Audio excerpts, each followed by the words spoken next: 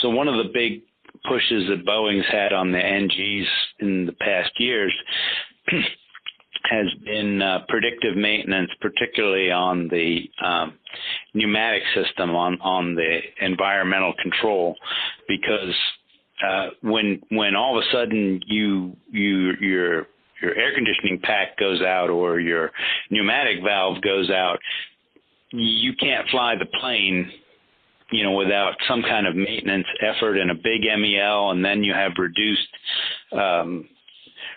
capabilities, and it's a big bother. So airlines really like the idea of predictive maintenance on say 737 environmental control systems.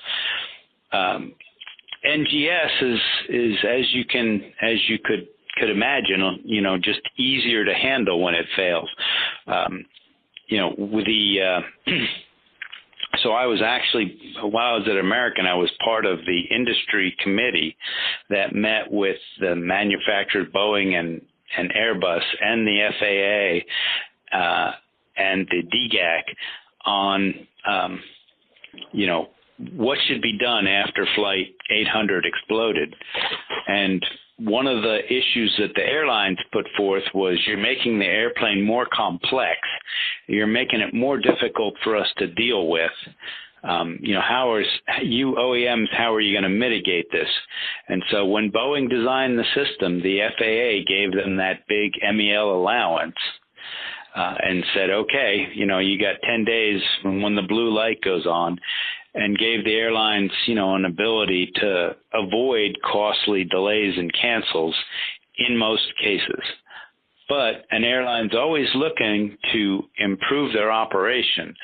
So, depending on the price point and the capabilities of a system, you could sell it as optimizing the maintenance issues around the NGS.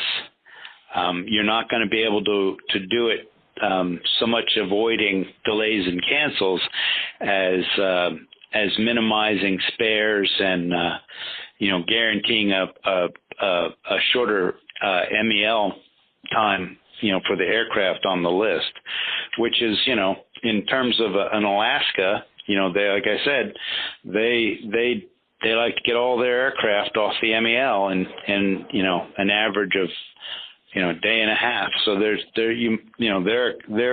an organization that you might be able to interest in such a system. I see.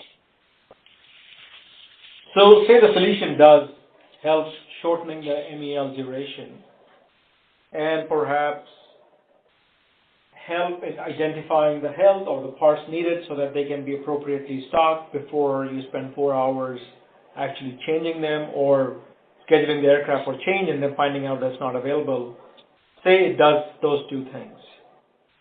Yeah, that's you got it exactly right. Typically, the airplane, you schedule it for an overnight, comes in, you open it up, it says valve, you have an ASM on hand, you got to button it back up, you've just blown 2 hours, because mechanics can't do anything in less than 2 hours. They got to go check out tooling, they got to get paperwork, they got to get the plane, they got to make sure the plane's safe, they open it up, they find out they have the wrong part, they button it back up, they got to make sure it stays on MEL, so you got at least 2 hours that you've lost there that you could certainly make it far more probable that they would have the right parts on hand, because that's typically if they end up extending the MEL, it's because they have the wrong parts. That's right. Or no parts. So say the solution does those two things. It helps you understand the health of the system. So based on the fault code, it can tell what's wrong and you need this to fix it. So you can go check beforehand before you start opening everything up.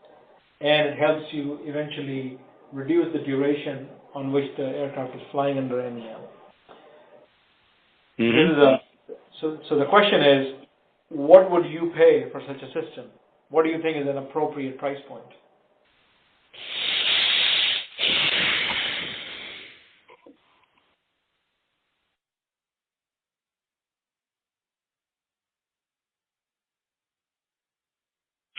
Is